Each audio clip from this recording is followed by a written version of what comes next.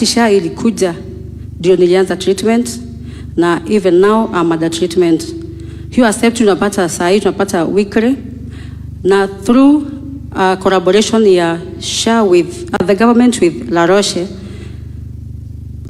hiyo treatment imepungua mpaka from 135,000 to 40,000, ambapo SHA inasimamia everything. Kuna dawa nyingine tunatumia inaitwa Zoladex, saa hii iko bei kali, tunaomba pia ishukishwe ndio tuweze kupata dawa. Pia saa hii ukienda kwa kila boma in Kenya, hakuna mtu utasimamisha hata kwa barabara umuuliza kama ako na rafiki ama familia imeguzwa na ugonjwa wa kansa. Kweli si kweli? Ni ukweli. Kila familia, kila mtu ukimsimamisha atakwambia rafiki yangu ako na kansa, mama yangu ako na kansa, baba yangu ako na kansa, brother yangu. Anyway, kansa imekuwa ni kama disaster. So tugeomba hata kama SHA inasimamia, wacha dawa zikuwe free kama za HIV.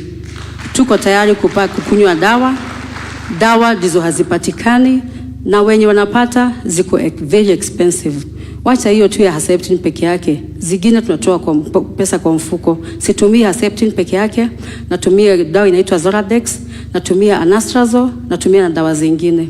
Then Mr. President, kuna hii after treatment kuna palliative.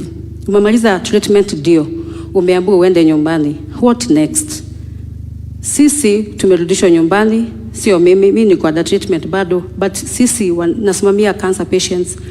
Sisi wenye tumemaliza treatment tuko under palliative care, lakini hatuna uwezo. Unaambiwa uende ukule vizuri, hata hiyo mkate ya asubuhi huwezi afford. Unaambiwa kula a lot of greens, hiyo hata pesa ya kupata hiyo greens hauna.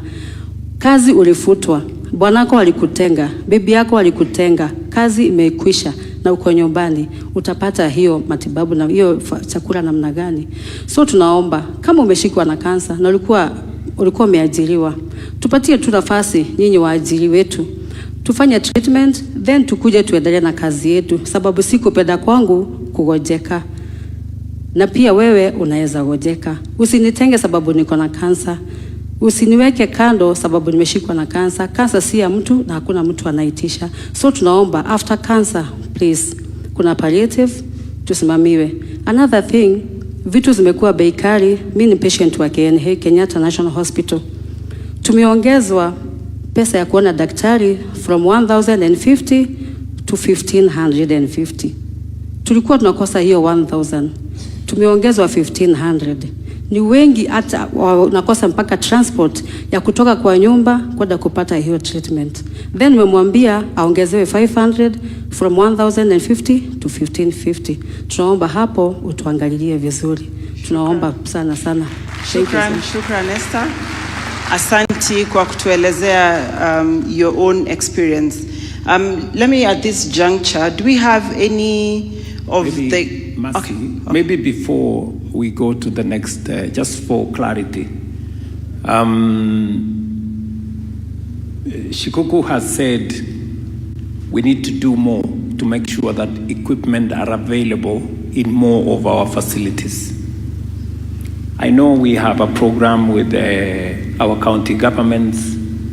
Yesterday, the faith-based hospitals also said if it is possible for us to consider them in the supply of equipment under our NEST program, it would be a good thing. And I think that is what Shikuku was saying, that we need more facilities with the correct equipment for purposes of treatment. Waziri, would you have some ideas on how we can make equipment much more available in more hospitals? What is the strategy? Because I thought we have a plan.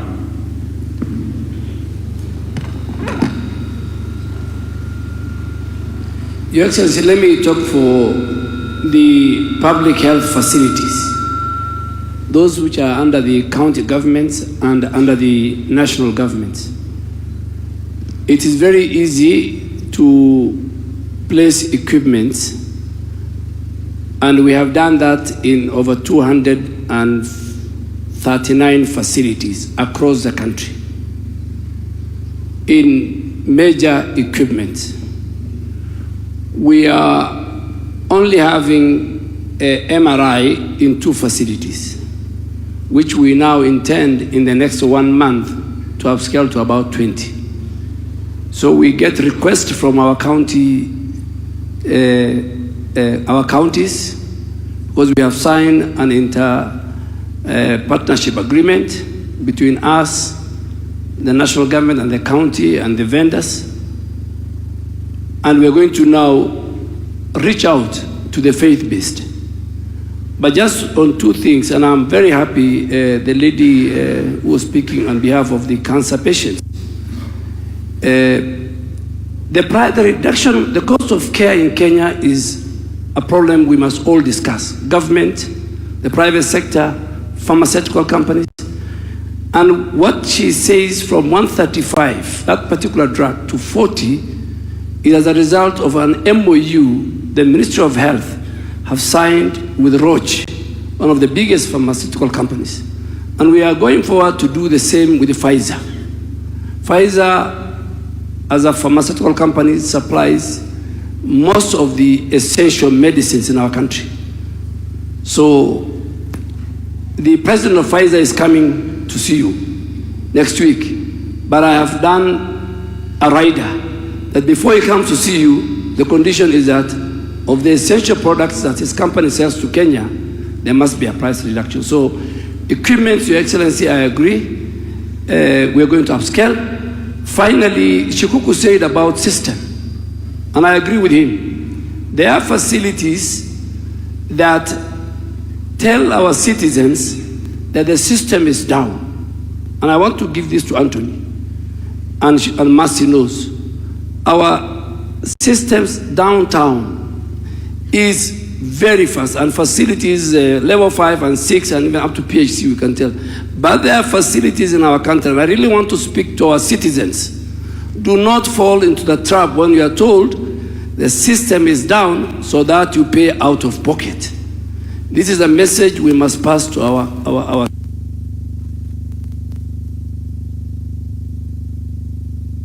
Today, out of the 44 counties, 39 counties at least have 1 CT scan in their sub-county referral hospital.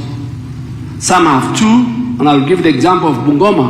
In Bungoma County Referral Hospital and in Webuye. Nairobi, I'm sure Governor Sakaja is here, and this morning we had a testimonial from citizens that there are more equipment in the Nairobi County hospitals and facilities before 2022. So I really can only say that, Madam, this is very good. Thank you.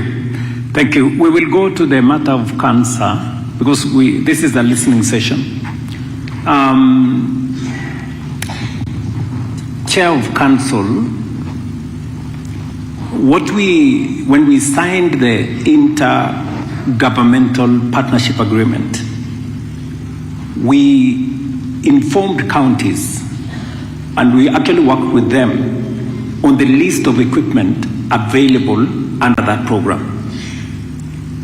And it was our expectation that every county will request the equipment which they think will assist them in delivery of service.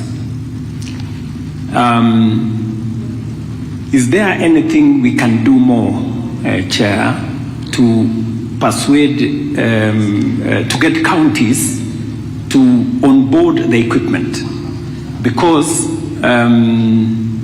I think we had only 1 county who had not signed the IPA agreement, that was Kiambu County. I'm told last week they have now signed. So there is no reason why every facility in Kenya should not get at least the minimum equipment so long as they have the number of patients that will justify the installation of those equipment. Do you want to say something, Chair? Nairobi Governor might also want to say something. Your Excellency, with respect to the NESP, the National Equipment Support Program, we have intergovernmental agreements between individual counties and the ministry. This can also be amended with respect to what is ordered.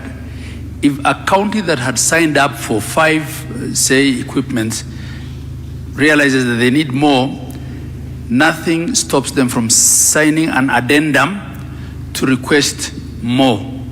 And I know in my county, the more we have upgraded facilities, we have actually increased that request. And for a place like Nairobi, I'm sure the governor is going to speak, where traffic of patients is not a problem, there's no reason why, for instance, Nairobi cannot have more facilities with more equipment. The cancer centers have been more regional, save for places like Nairobi. In the rest of the country, they have been at the, what we used to call the general hospitals at the provincial level. But now there is a lot more counties. By the last count, at least 28 counties now have a level 5.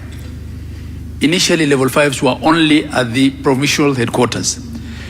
I would now expect, Your Excellency, each of these level 5s to set up cancer centers and to ask for equipment through NESP so that we can further decentralize cancer treatment, Your Excellency. Thank you.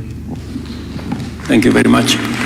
Governor of Nairobi, something has been said about Mbagathi, but I know for a fact that Nairobi County is among the counties that we have supplied quite a bit of equipment. Governor?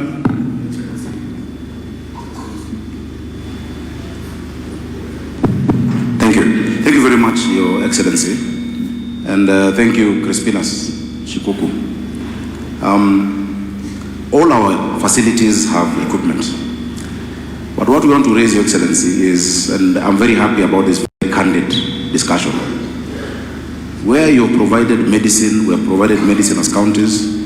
Nairobi, a hospital like Mbagathi had X-ray even before the NEST program. It's a big hospital. We need to sort out what we call the weakest link. And it's a problem across the country. Your Excellency, let me start with an example. The time I went to Tasia, Kwandege, level 4. And I knew that we had just applied medicine the day before. When I was leaving, a young man, you know, normally they comes and says, Governor, nimekuwa hapa jana, dawa nimeambiwa hakuna. So I said, no, I know those medicine. Give me that list. When you look at what has been asked for, and I forced the opening of the store, it was there. But somebody told him, hakuna dawa, enda kwa ile chemist across the road, because either they own that chemist or they're getting a cut from that chemist. Mara mingi, like today, there's no hospital that should say it has no medicine, for sure. But many times, that weak link is the human link of some unscrupulous people, and we've taken many for disciplinary, and I know my colleagues have gone through the same, who will tell a mwananchi that the machine is not working. I know for a fact Mbagathi has functioning X-ray and all that equipment, including from NESP, all our, I think 45 or so facilities, all level 5 and 4s have been stocked. But how we sort out the place where you're told the machine is not working, because the person telling you that is getting a cut from that private facility for referring people to that facility. Now, there are options we have, Your Excellency. One, we can have a helpline, where if mwananchi ukiambiwa hakuna dawa, tuambie, nimeambiwa hakuna dawa kwa hospitali hii na huyu. Nimeambiwa mashine haifanyi, nimeambiwa kwa hospitali hii na huyu. If you can work with the DHA for that, then we can isolate the individuals, because, Your Excellency, you can set systems, you've set. Equipment we have put. Machines ziko. Dawa tumeweka. That weakest last link, which is in major part, and many of our health professionals are very good. But there are few too, si ni kweli? Ama nasema story yangu. There are few who, because of corruption, which is what we must deal with, anajua akirifa Luton atasema nimetuma Shikuku. If Shikuku comes and pays 5,000, 2,000 ni yake ama 3,000. Your Excellency, that is the problem. But in terms of equipment, we have them in all our facilities, Your Excellency. Thank you very much, Governor.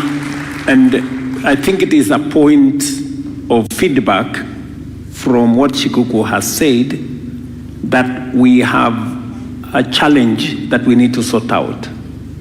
And that challenge we are going to sort out if citizens also help us. So I think what Governor Sakaja is saying is if you go to a facility and like, for example, what Shikuku was saying, Mbagathi is a public facility. He was referred to a private facility to undertake a certain procedure because whoever referred him, because I know Mbagathi, Mbagathi cannot be among the hospitals without an ICT machine or X-ray machine for that matter. But because that reference benefits somebody in some way, we should, therefore, with the assistance of DHA, be able to work with citizens if they go to a facility and in the facility they are told either this equipment is not there, go to the next, or this medicine is not here, go to the next.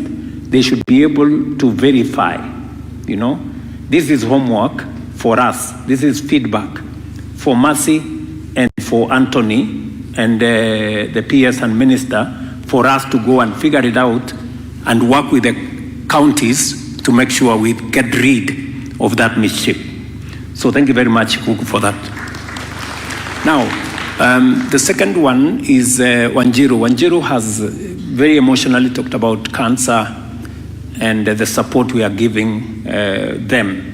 I remember very well the MOU that Duale has referred to when we were negotiating with the manufacturers to bring the price of that particular cancer medicine from 135,000 to 40,000.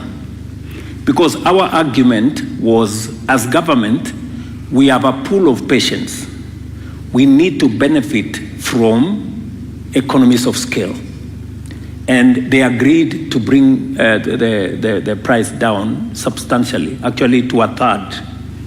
There is a catalog of more equipment. Because of where we are today, and this is important for Wanjiru and all of us to know that there is power in us negotiating as a government. It is the reason why we agreed with the counties that instead of every county going to negotiate with suppliers on their own, let us pull together. We will provide leadership so that we negotiate as a block. That way, we have greater power of negotiation. So to the point of Wanjiru, we've managed to do with one company, Pfizer. I met the president of Pfizer once. I'm doing another appointment with him because quite a substantial part of the medicine that we are using comes from Pfizer. And our engagement with Pfizer now is that they will not be supplying our facilities individually. They will be supplying us collectively. And that is the point why Duale is saying we are going to engage them this time round so that we can negotiate the prices the same way we negotiated the prices for Roche and all the others. So to your point, Wanjiru, we have understood your feedback. We're doing something about it to make sure that we bring those other prices down. But there is one more thing that Wanjiru has said, which we have to answer. Wanjiru has said that there is another 1,000 that has become 1,500. And I think she is saying that it is not covered by our SHA. What do we have to say to that? Somebody help me, whether PS or who? because, yeah?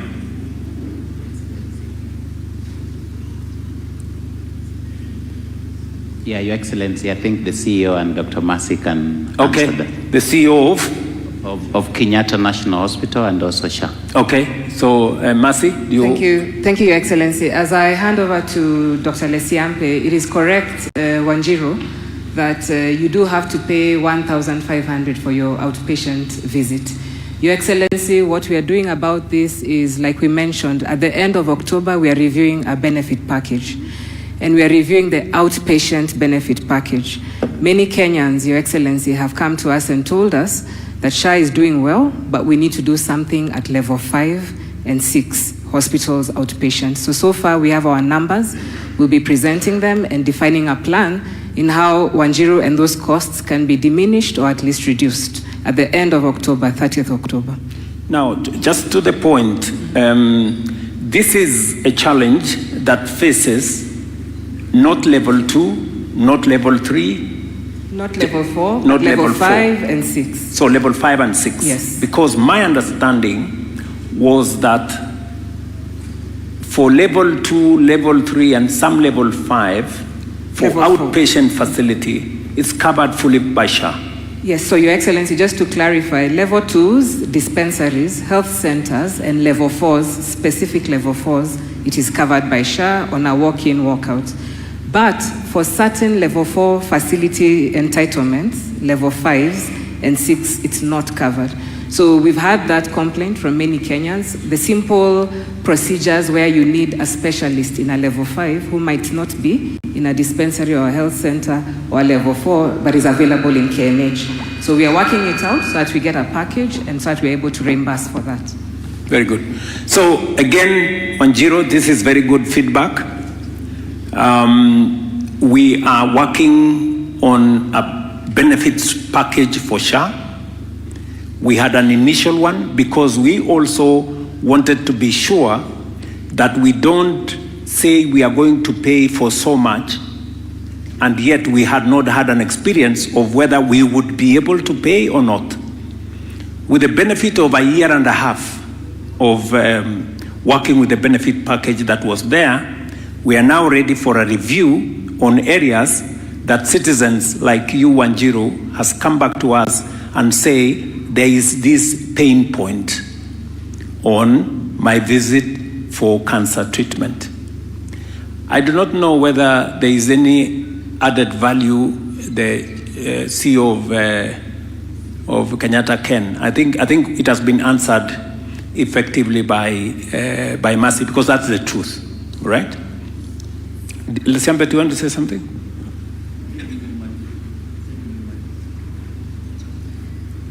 Continue.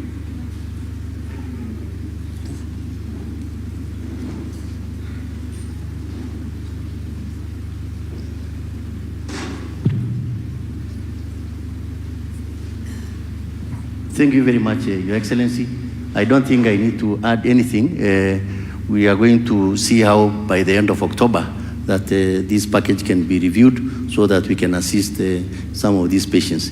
These cancer patients go through very, very difficult times, and indeed that's why we have gone ahead at Kenyatta National Hospital to introduce a golf cart. In fact, we have 2 golf carts at Kenyatta National Hospital, which receives these patients at the bus stages and indeed take them to the cancer center.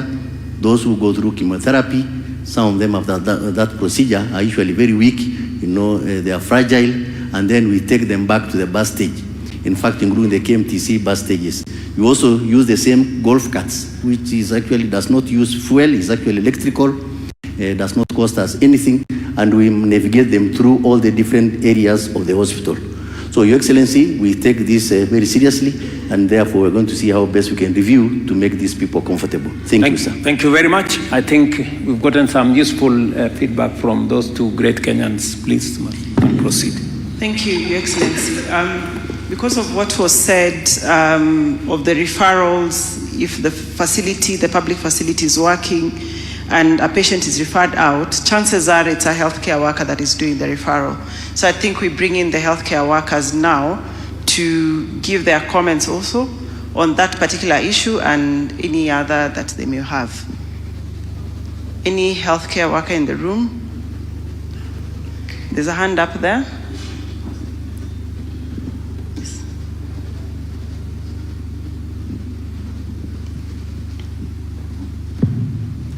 Thank you very much, Your Excellency, and the government officials here.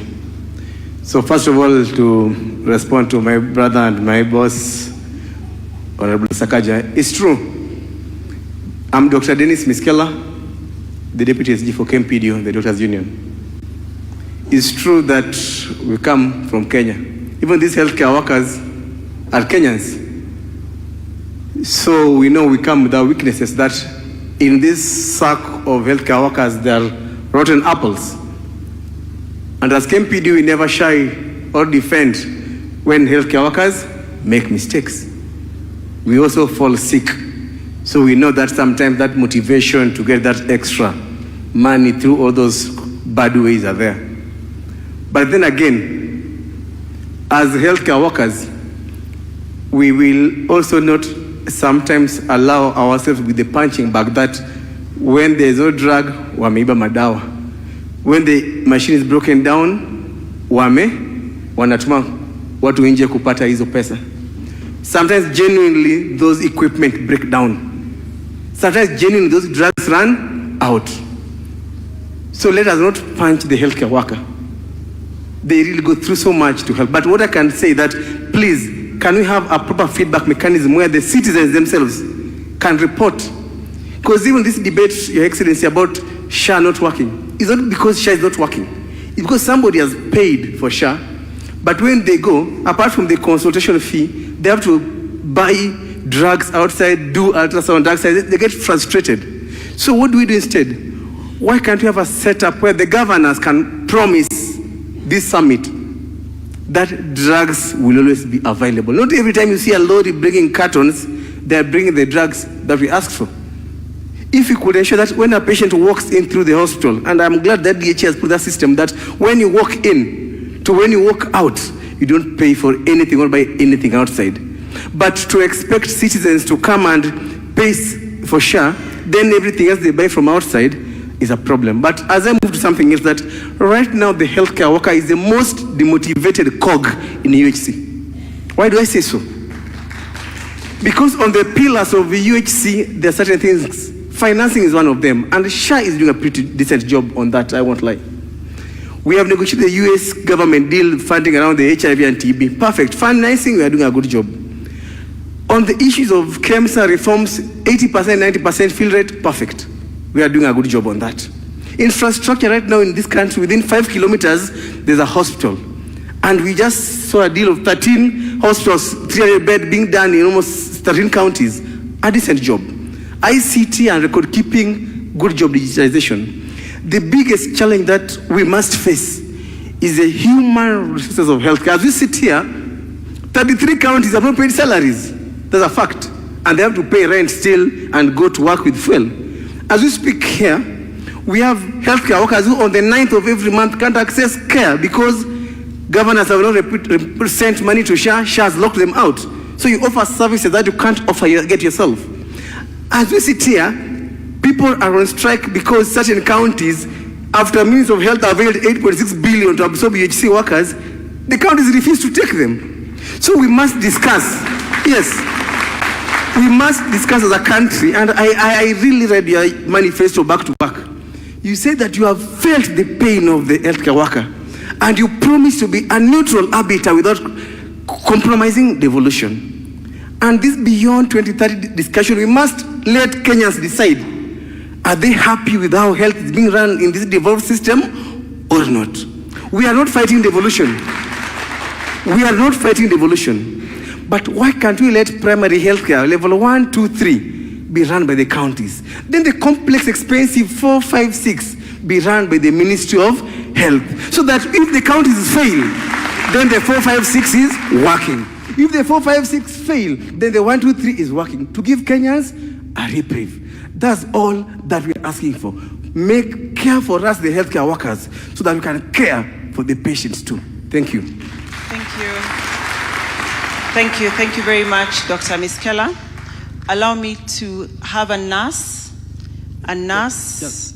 Okay, maybe we can listen to a nurse and then we can respond to Dennis, because he has raised a very fundamental issue by way of feedback. We have a nurse on this side? Your Excellency, to protocol observed. I want to begin by saying that, Your Excellency, if there is something you did in this country that will always remember you, is to bring that man in the Ministry of Health. That Aden Twale in the Ministry of Health. And he has brought up a team that is actually working. Plus his PS, Uma Oluga, PS, the most smiling and the door is always open. Mary Muthoni, very welcoming and workaholic. And even Director General Dr. Moth and the entire team at the Ministry of Health. Your Excellency, these people are working today. Be as it is, Your Excellency. We can say we have, first I want to admit, because I must speak with a clean heart, I was one of the serious critique of SHA when it came up. And you know, you used to ask me, it is you who brought SHA because it is us that formed this government. Our issue was not about the services to be provided. Our issue, I was being pushed by the people I was leading. They were saying 2.7 was high. But I can admit to you, Your Excellency, that SHA works. Every month, I spend about 100,000 shillings supporting my people in my constituents. I pay between 6,000 and 12,000 every month. Everyone telling me I'm sick, I say, have you registered SHA? No, I cannot pay your hospital bill. Go, get assessed, send me the assessment, then I pay, you go get treated. It is working. Only that we have a few people who are very poor, they can't afford. You assess, somebody tells you, I have niko na nyumba ya mapati, kumbe the husband built a house and he died. So they give you pay 8,000, yet you cannot afford that. Maybe that's the area that may want to be revised. Your Excellency, I want to thank the Minister of Health. We have had problems, as my colleague said here yesterday. Every year we have been having problems at Ministry of Health internship.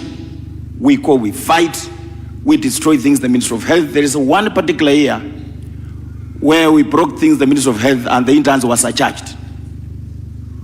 Today, as we are talking, under the leadership of your able CS, Honorable Aden Twale, there is no breakage, there is no mandamano on internship. That disease has been cured.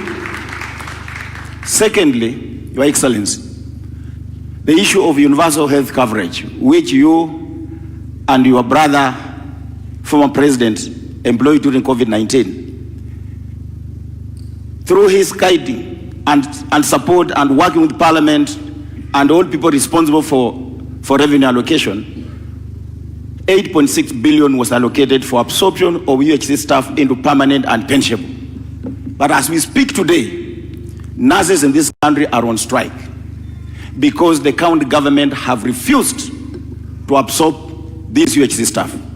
It is our prayer, Your Excellency, that national referral health facilities have acute shortage of nurses and other healthcare workers. Since you have the money, why can't the Ministry of Health just take these nurses and other health workers to the national health facilities? Your Excellency, we can talk about medical products and technology, health information system. Of course, the health information system has worked very well. You know, that's why yesterday you said that Kinamugos have been removed from the system. I will want to say, under that health technology, health management system, they should be linked to the medicines and even equipment, so that if Governor Sakaja has supplied medicine to Hospital A, there is somebody somewhere who is in charge of looking at the system and knowing that this medicine is in stock. So that if a client goes and is told this medicine is not there, and he calls that number you want to establish, a person who is not in that hospital will be able to call that hospital and say, our system shows this medicine is in stock. Why are you not giving out to the public? the patients. For us as nurses, we are happy because, Your Excellency, our services we don't refer. Nursing services we cannot tell you go and get it outside. We will give it because we always have it. So we may not be actually affected by that. Your Excellency, a demotivated workforce, a workforce that has not been paid, cannot deliver services. As we talk today, yesterday, Your Excellency, you said all the county government received their share of revenue for the last financial year 100%. County governments today, Your Excellency, have not paid statutory deduction and third-party deductions. They have not paid loans. They have not paid pensions. Some have not paid loans in the last financial year. As we speak today, August is coming to an end. Health workers have not been paid salary for July. They have not been paid salary for August, will end next week. How do you expect these health workers to go to work, to feed their children, to pay rent? You are embarrassing health workers in this country. If you are a health worker or a public servant and you have been paid salary and you don't pay for your rent and your landlord throws you out, Your Excellency, human resource policy requires that you are disciplined because you are embarrassing the employer, who is government. Now, since we are the ones being embarrassed, what do? Can we sack the employer? The only weapon given to us by the Constitution of Kenya under Article 41 is to go on strike. So we are asking, we open a conversation.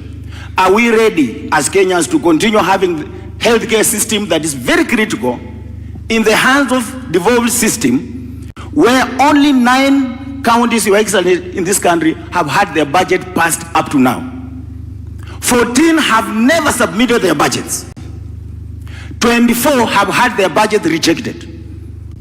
Are Kenyans ready to have the health human resource with these administrators who can't even have their budget passed, who can't even afford their budgets? This is a conversation that we need to open. Thank you. Thank you very much. Your Excellency, the last one. I cannot sit with before saying this. I'll be lynched by members. I'll be lynched. Your Excellency, in 2017, you and President Uhuru Kenyatta gave nurses a return to work formula, where you improved our terms and conditions of service. From that time up to now, that return to work formula of 2017, Your Excellency, has never been implemented. It has been a cause for 4 strikes, including the one that's going on right now.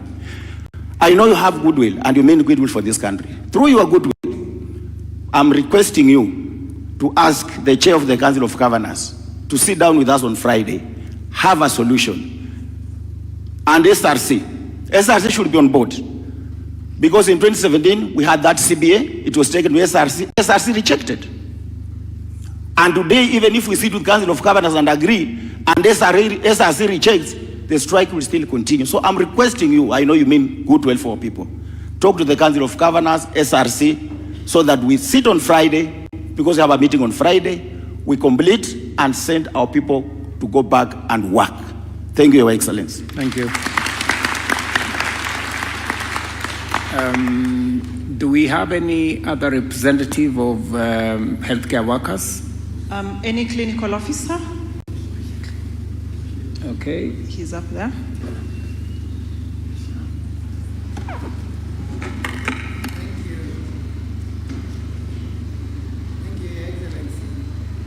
Proceed. Proceed. Yes, and I'm very excited, Your Excellency, to be here today. I think the other time we met, Your Excellency, before you became president in Catholic University, I'm the one who gave you the memoranda on behalf of my good friends from the unions. And we have the other unions for public health and the other unions within the health sector with us here today. Your Excellency, there is something that you promised, and I remember you said that we keep the photos, so that in case you forget, we remind you with the photos. And Your Excellency, I think now I'll have to delete it. I was keeping it, but I never actually expected that we would have this forum. And you know, this is the first time we are having the head of state seated with us to discuss the matters health. We have been, as the unions for healthcare workers, even from the time our peers, Dr. Oluga, was a unionist like myself, Your Excellency, we were asking for health to be elevated to be a national agenda, and you have done that. And you promised when we met, you said that you are going to push for bold and deliberate reforms, and I'm happy that today, even those who are critical, and Your Excellency, I was one person who was critical at the start. One thing we agree on, they are bold and deliberate reforms.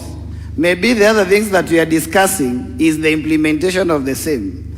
But where we are now, and you'll note that now the criticism has gone down, is because we have seen that it's working. I want to pick it from where my brother Ms. Keller and Seth Panyako have left. And sorry, I forgot to introduce myself. I'm Peterson Washira, the National Chair, Kenya Union of Clinical Officers. There is an opportunity within the Constitution, even without having to reverse ourselves to the national government. Under Article 189, the one that has been used to have cooperation agreement between counties and national government, it also provides that we can actually have joint authorities, either under the 47 counties or the 47 counties with the national government.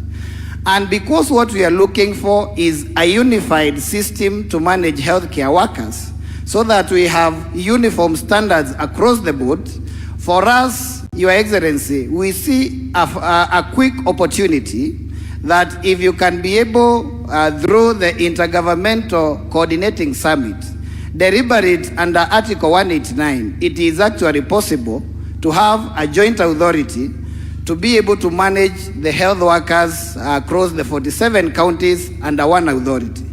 And Your Excellency, I must thank you because you inaugurated the KHRAC, the Kenya Health Human Resource Advisory Council.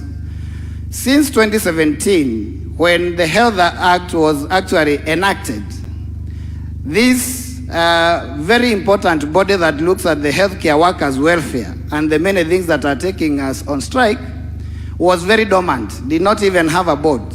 But you took the step and you put it in place, and now we have an opportunity to be able within that system to provide some of the solutions that are needed for the same. So Your Excellency, for us, because you promised that you are going to be an arbiter, what we request is that you assist us so that we can have a joint authority. Within this joint authority and within the mandate of the KHRAC, we can be able to bring our specialists from the counties to that authority so that they can be available across all the counties, because the Health Act 2017 provides that our specialists are supposed to be a national asset.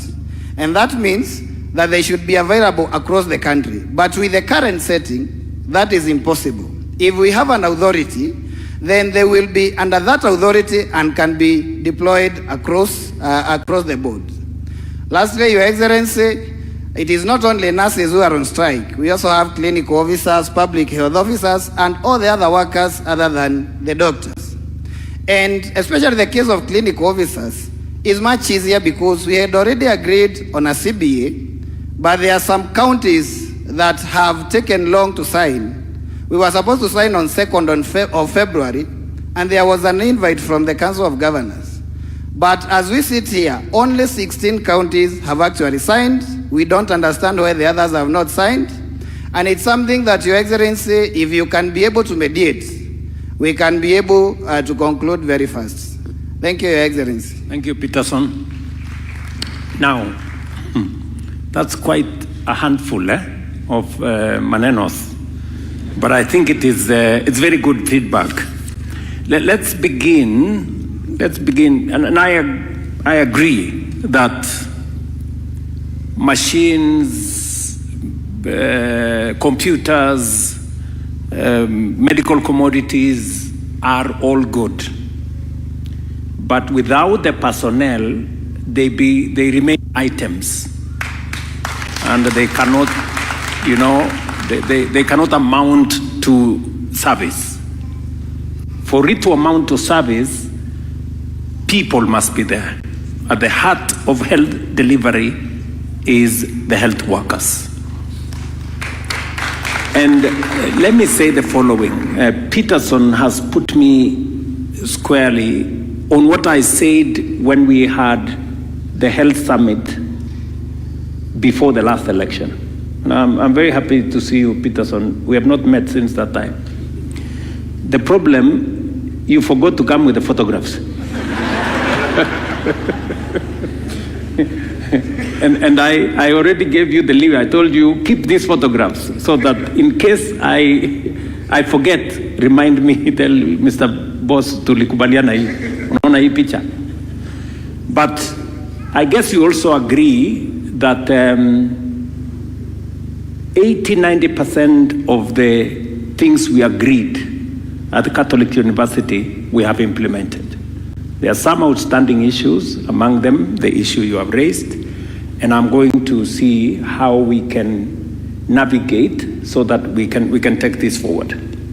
So human resource is a critical part, possibly the most critical part of the delivery of health as a service. To give it to the counties, and when I said I'm going to be an arbiter, you can confirm.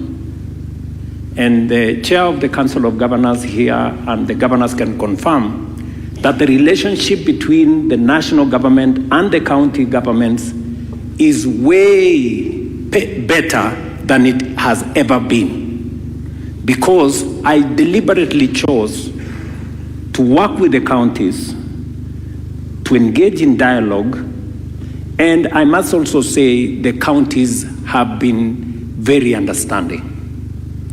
Whether it is the payment of CHPs, we've done it together.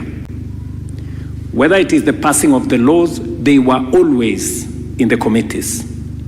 Whether it is the equipment, the National Equipment Service, we have an intergovernmental partnership agreement.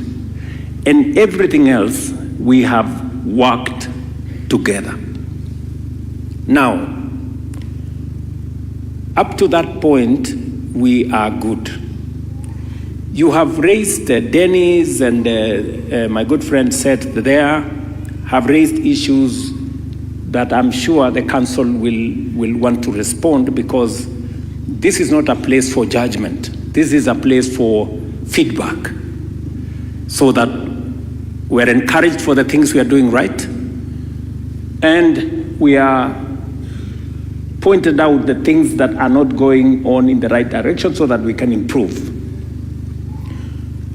It is true what I said yesterday, and the chair of the council can confirm that we have transferred all the resources for last year. We never crossed with any shilling belonging to counties. And the money for July was already paid. The chair explained yesterday the reasons why some counties have not paid the July salaries. But what these good people, representative of health workers, Dennis and Seth, are saying is also correct. You know, our whole, if today is the 19th, right? 19th of August, and salaries of July have not been paid, there is a problem, you know. So we need to tidy up that, because otherwise we demotivate the most critical aspect of our health delivery. I agree with you. And if there is anything that the national government can do to support the counties on that matter, we are willing to go out of our way to support the counties so that that matter can be sorted out. The next issue is the issue you have raised on deductions, and that by the 9th, when SHA says that you haven't paid and therefore you cannot get service, I thought we created a bridge. I thought we, Mercy, you know, because it is not right that we don't provide service because an employer has not remitted the money, which they are going to remit anyway, you know? So I think that we had that conversation. I don't know whether Mwai or somebody or yes. I'm being told to do it, Your Excellency, so because it's hot. Your Excellency, yes, we did have that conversation, and we agreed to move from the 9th to the 25th. We just need to tie up an agreement with Treasury and then be able to work that round. So we haven't implemented it yet, but you did initiate those discussions and give us the instructions that we sit with Treasury and move from the 9th to the 25th, at which date Treasury had committed that all monies would be with the counties and we wouldn't run into this problem. So it is on us, Your Excellency, we will need to implement that. Yes. Yes, Adam. Your Excellency, this is a matter that we have discussed a number of times. That healthcare workers who are treating Kenyans on the 9th themselves are locked out. And when we were at the summit, I think why we kept is that, and the chairman was there at the summit in December, we found out that the majority of the counties were committed to paying before the 9th. Wajir is one of them that has been paying before the 9th. I think what we are not discussing here is the flow during the transition of the two financial years. But Treasury have been dodging. We just need to do an MOU with the National Treasury. We are the ones who pay both the national government and they pay the county governments. At times even we have a problem with our own civil servants, the chief contribution. So I think this is a matter that ourselves and the chair can now get just a final MOU commitment with the National Treasury, and we should not discuss it anymore. I think the healthcare workers, you can assure them of that commitment. Okay. In the next 2 weeks. All right.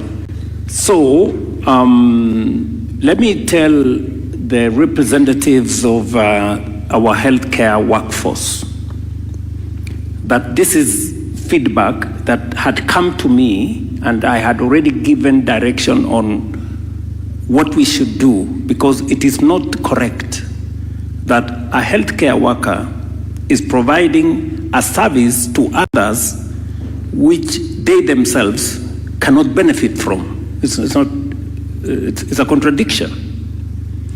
And secondly, this is a healthcare worker who has a contract. They are not about to run away in between the month. So whether it is the 9th or the 20th or whatever, they will pay finally. So to the good people, Dennis and Seth and Peterson, that is good feedback. I will deal with it. And we will make sure that no health worker is locked out on account of the county having not remitted their deductions, and then we will see how to work this out with the counties, right?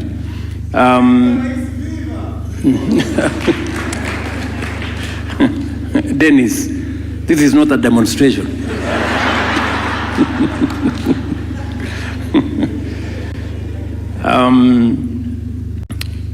Then the third issue which has been raised, and I will give you, Chair, I will give you time to respond, and also Abdul Samad. The third issue, by way of feedback that has come to us, is the outstanding CBA agreements with nurses and with the other health care workers, and the need for us to bring on board the Salaries and Remuneration Commission. The Salaries and Remuneration Commission, as we all know, is an independent institution, but we will socialize them to the need for us to have an agreement with the Council of Governors and with the health workers. So again, that is some homework for me. I will make sure that the SRC comes on board.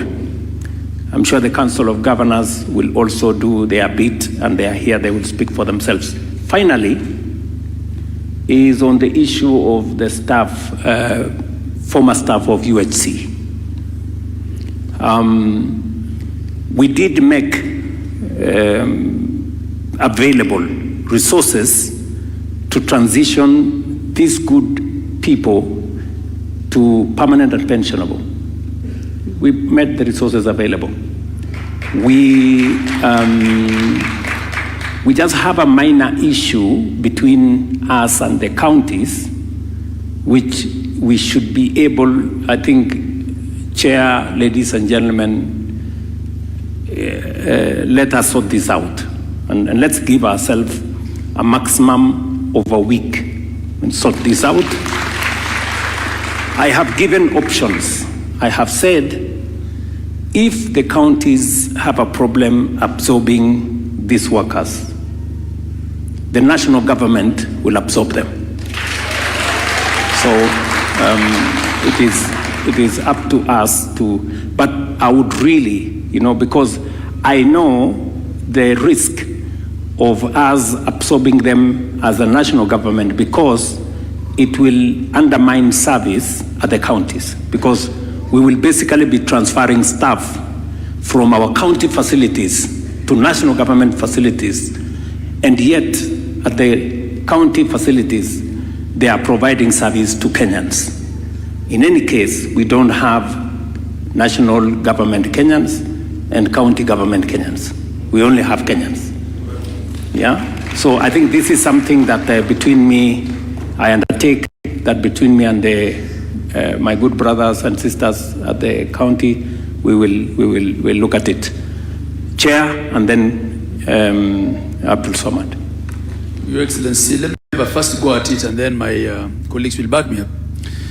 Your Excellency, we are good friends with these union people because we spend a lot of time with them as governors navigating these matters. But the things said here should not take away from what counties have been able to achieve in this sector. This morning when we were in the other hall there, we took cognizance of the fact that in 2013, in the run-up to the first elections under devolved system of government, we had about 900 doctors in district hospitals. Today we're talking of close to 5,000 doctors in county hospitals. Your Excellency. Your Excellency, you very well know that I'm a returnee governor. I served in the first term. I was out for 5 years and I'm now here. I inherited Wajir with one doctor. I think that one doctor is here. Dr. Somo, I don't know whether he's here. He was in the hall today. Today, we have over 70 doctors, of which over 20 are specialists. I remember advertising for a consultant 3 times, and no Kenyan was interested to come and work in Wajir. And I went and sat in the office of General Kaiseri, and I said, you need to give this Ethiopian doctor a work permit because he's a consultant. I can't find a Kenyan consultant. And that Ethiopian doctor was the only consultant in my county for years until we sent our own doctors to go and specialize and become consultants. He died in a road accident. He's called Dr. Janai. People know him in the medical profession.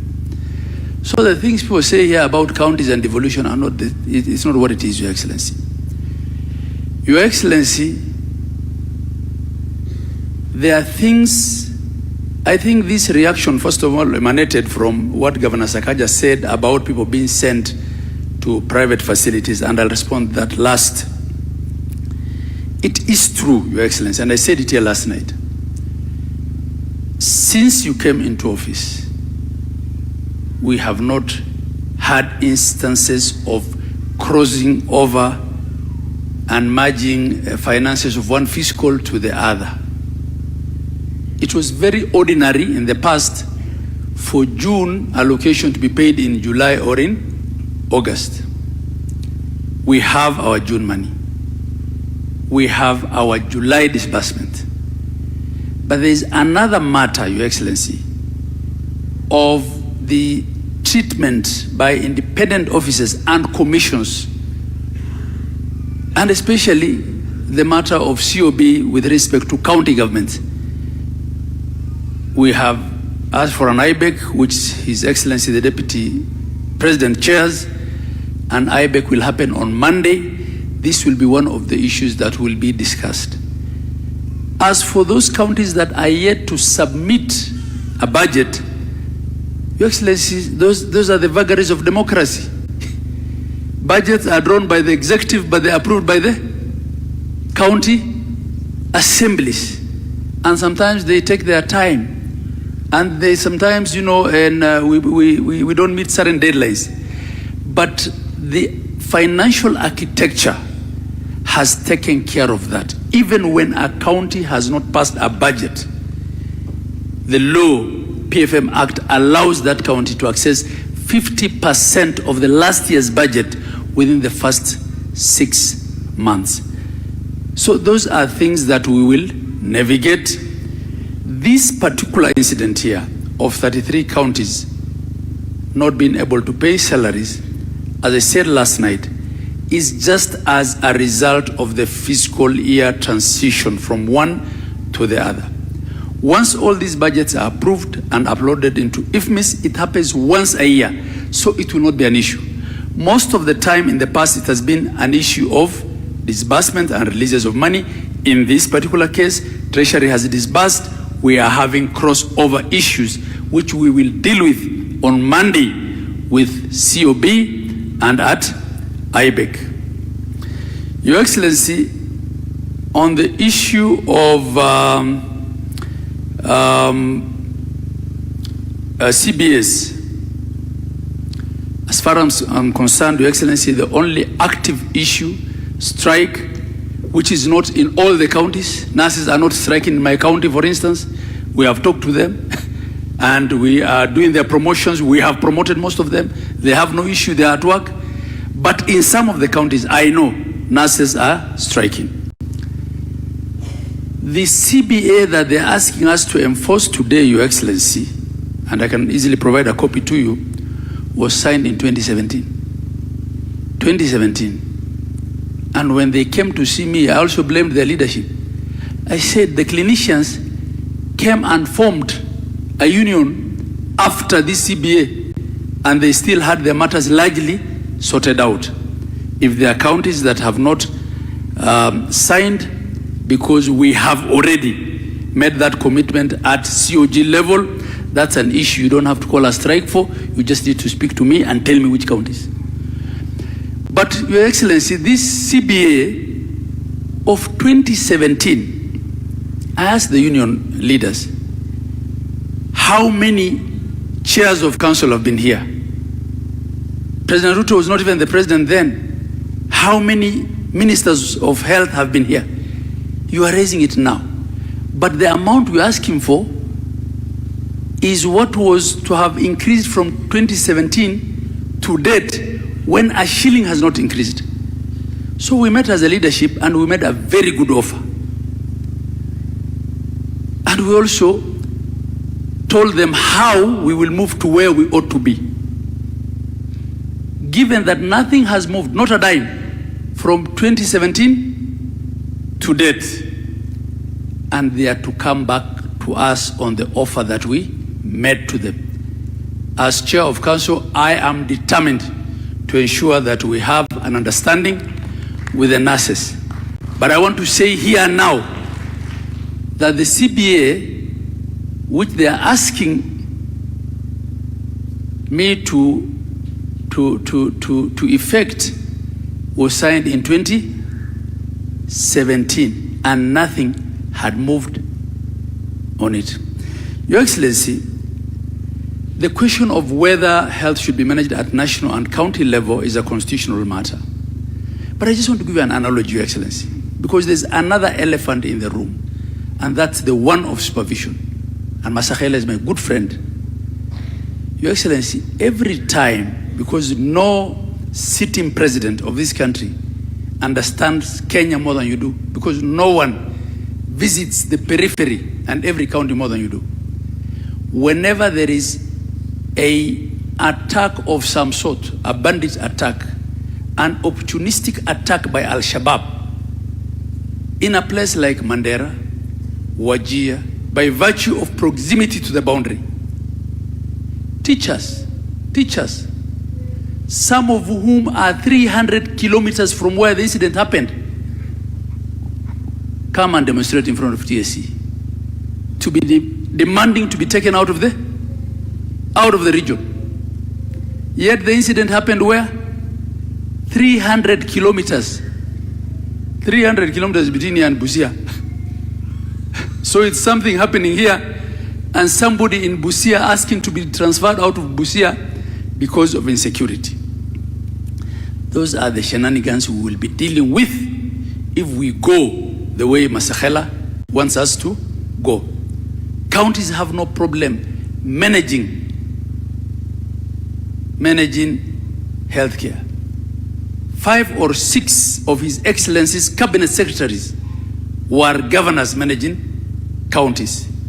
There is not a single governor today who cannot manage a docket at national level if he gets the opportunity from His Excellency the President. That is not the problem. The problem is systemic issues that we have to deal with. The approval of funding by COB and the like. Your Excellency, coming to the last matter, which is the matter of conflict of interest. Conflict of interest. And I know this is a very, and should I say, sensitive matter. Your Excellency, the problem you have in this country, which is a good problem, is that you are running a very democratic country. And democracy limits your hands in dealing with certain things, just the way it also limits my hands as a governor. We have a situation in our counties where doctors who have been trained with government money, some of whom are consultants that counties have been paying their salaries, and sometimes they're away for as many as 5 years. I have one who was away for 9 years. He's specialized and specialized further. And then COVID happened, he stayed longer. When they come, what do? They set up specialist clinics next to our hospitals. And they want to use the government salary as a retainer, as a safety net, but earn more money running their private practice. And these are the issues that we are having with our doctors. And I do want to raise it here, but we're having a frank conversation.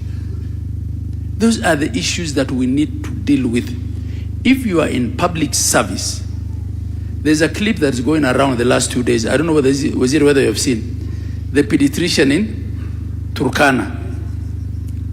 A Kenyan, I don't know whether that was on national TV, saying he met this pediatrician in Turkana who does 4 days a month in Turkana. He does 4 days a month. Your Excellency, is it fair for the Kenyan taxpayer to pay a consultant 400,000, 500,000, and there are consultants who earn 700,000?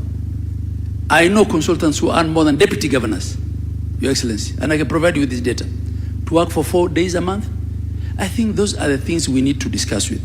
Having said that, Your Excellency, I will make an effort as chair of council to even get into an arrangement for the purpose of salaries so that we allow counties that are having challenges paying salaries to also have a soft arrangement like some of us do with Kenya Commercial Bank so that they pay salaries on time. I can face Panyako because I have paid my salary, I have paid my chief, I never delay in doing it, but you cannot come and generalize things here. I thank you, Your Excellency. Thank you very much, Governor. Do you wish to say Abdul something? Samad, please help me. The chair of Committee of Council of Governors, briefly. I think we know each other with the union leaders on first name basis. And I think the number of calls that I get from them in communication is probably more than what I discuss with you. I want to start, an example is Peterson, Kenya Union of Clinical Officers. The last conversation I had with Peterson was actually just yesterday, Your Excellency. And it was myself, together with Governor Sang, that actually negotiated the return to work formula. There's some things, Your Excellency, that are beyond us. SRC is a constitutional body. I have to go out of my way, and the Secretariat, the able Secretariat of the Council of Governors have to go out of their way because we need a no objection from SRC.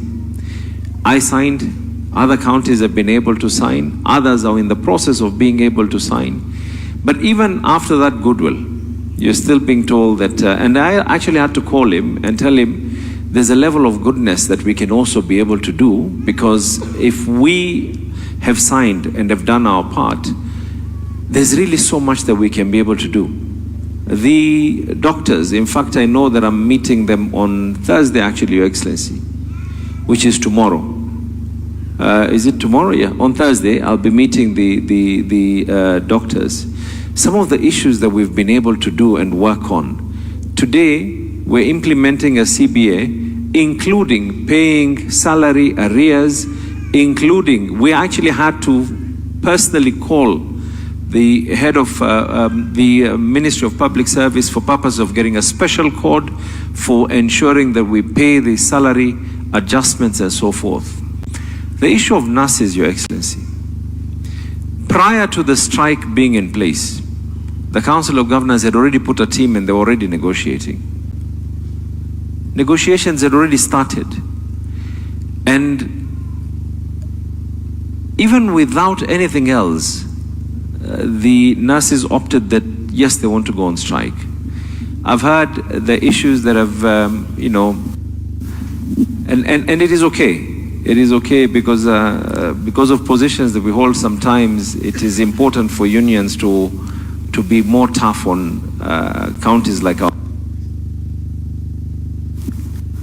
Because of the fact that maybe we speak on behalf of the other governors. But I, like the governor of Wajir, I think probably because of this transition, for the first time, I delayed salaries by 2 days or 3 days. I have no debt with any single employee in the county government, including statutory deductions and everything else.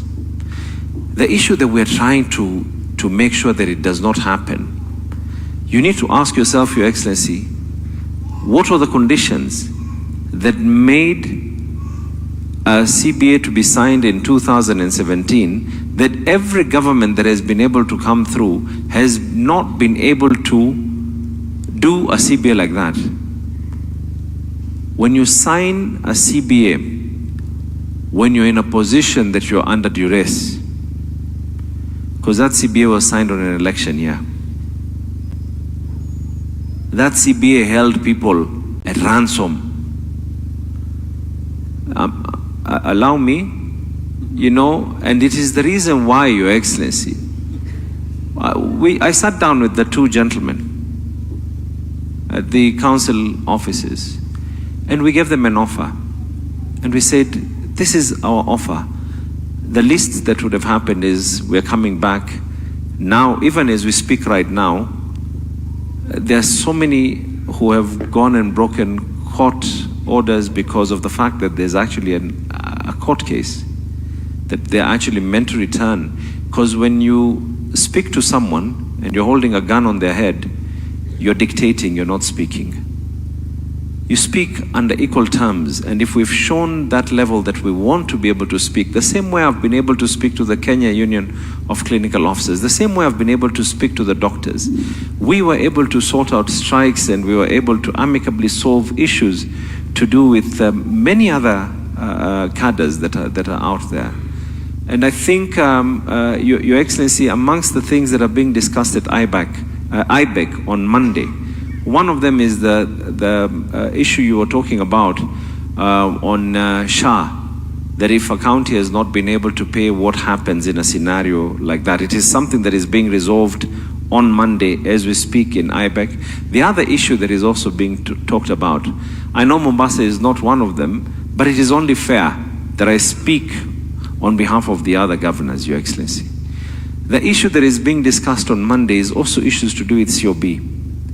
When a county like Nairobi and many other counties have not had their budgets approved, and COB opts and decide that, it is just a uploading or something. But anyway, COB has decided not to do some of these other things in time. And Your Excellency, there's actually a notice that COB themselves have actually put out, that there would be a crisis on salaries. And it's not salaries just for nurses or doctors or clinical officers alone. It is nurses, including the governors and the deputy governors and the CCs and chief officers and everyone else. So, for those governors, the same way we have doctors out there who decide not to go to work, which is a fact. They decide not to go to work despite the fact that they're being paid salaries. One of the reasons why you hear that SHA is not working, Your Excellency, and this is a true story on my part. I went to a hospital and someone could not be discharged because the way SHA works is, and it has been beautifully designed so that there's no fraud. The person, the clinical officer or the doctor has to be able to sign them, and it is because it's geo-fenced. When that person is not there, then you're told that SHA is actually not working. But as a matter of fact, there's a person who was meant to do what they need to do when they were not there. Now, as much as there are doctors who spoil the image, if there's one or two who have decided that, they're not paying statutory deductions, as my chair has said, that is the price of democracy because someone voted for them. It does not mean that the system is wrong. It means that there's someone who did wrong. We do not know the kind of president we'll have after 2032, Your Excellency. We pray for your long life up to 2032 that we take. But what happens when we get someone else who's going to be rogue? Does it mean that the system will have to be now reversed, that things have to go back again to counties? Have we not had situations where this country has had teachers' strikes and teachers' national government? So, Your Excellency, this is a conversation, and I think the issue of human resource is something we need to sit down, and I'm glad you've actually given us a deadline and a timeline. There's a discussion we're having with CS Duale on the issue of UHC. There's no one who does not want. It is only that we do not want a situation where we can have a problem of continuity. That is all that we are saying. But we value every single healthcare worker. We value every sweeper. We value every fireman. We value every single employee who works for our county governments. And please, let's reciprocate on the same. Thank you very much, Your Excellency. Thank you, Chair. I think that is a fairly balanced conversation from where I sit. Very balanced. I think everybody has said their piece, and very respectfully, but also very authoritatively. And I think we have agreed on a way forward on the CBS that are outstanding. What I must say is, even as we agree here, I am a very big supporter of the Salaries and Remuneration Commission. We must respect their mandate because they help us to balance between recurrent expenditure and all the other expenditures. So even as we negotiate, let us take their view into account so that we balance things out. I agree with the Council of Governors that sometimes we have challenges with the approvals from the Comptroller of Budget, and I'm happy that you have set up a meeting for Monday so that that can be ironed out and we can have the counties to discharge their responsibility as is expected of them. let me say two final things on this matter. There is somebody who said that there is an issue about how much, I think it was Panyako who said, some people, when they go and they are being means tested, sometimes they do not get the right, testing, because maybe they said they have this, maybe the assessment was not accurate and that kind of thing. I think that's homework for us. We need to continuously sharpen the means testing instrument. That is homework for at least my office, especially Mwai and the professionals who work with me, so that we can assist the ministry to sharpen the means testing instrument. Is that correct, Mwai? Yes. I want to just promise you that we're still collecting data on making sure that when we do an assessment of a citizen on how much they pay, we must be as near accurate as possible, so that we do not burden a citizen who has a certain ability and we misjudge them to have a different ability. So that is good feedback, but already it is in our radar that we have a means testing instrument. We are still gathering data, and we are we're trying to access data from different sources so that we can have a much more accurate means testing instrument. Let me, however, say that there are people who have means, and this is Kenya, There are people who earn more salary, they have better businesses, but you will find them complaining that they want to pay the least, when in actual fact, they should be able to pay more, because the assessment that they go through says a different thing. So we must continuously not burden, and I must say this, the people who earn salary, everybody knows their salary. But there are people who make as much money doing business, but they don't want to pay as much as those who have a salary pay. They want to pay less. That is unfair. In fact, the court instructed us that we must be fair. Those who have a salary must pay. Those who don't have a salary must also pay, and they must be assessed correctly. So I think that is an area that we will keep improving as we go into the future. One final thing that was said is on the matter that Peterson raised. I think when we were in that summit, when I made commitments, I said we will find a mechanism which will bring the county governments and the national government into a place where we can discuss health, human resource issues. You remember Peterson? And that is the reason why we set up the KHRAC, right? The Advisory Council. Maybe it is not doing exactly maybe it's not very effective.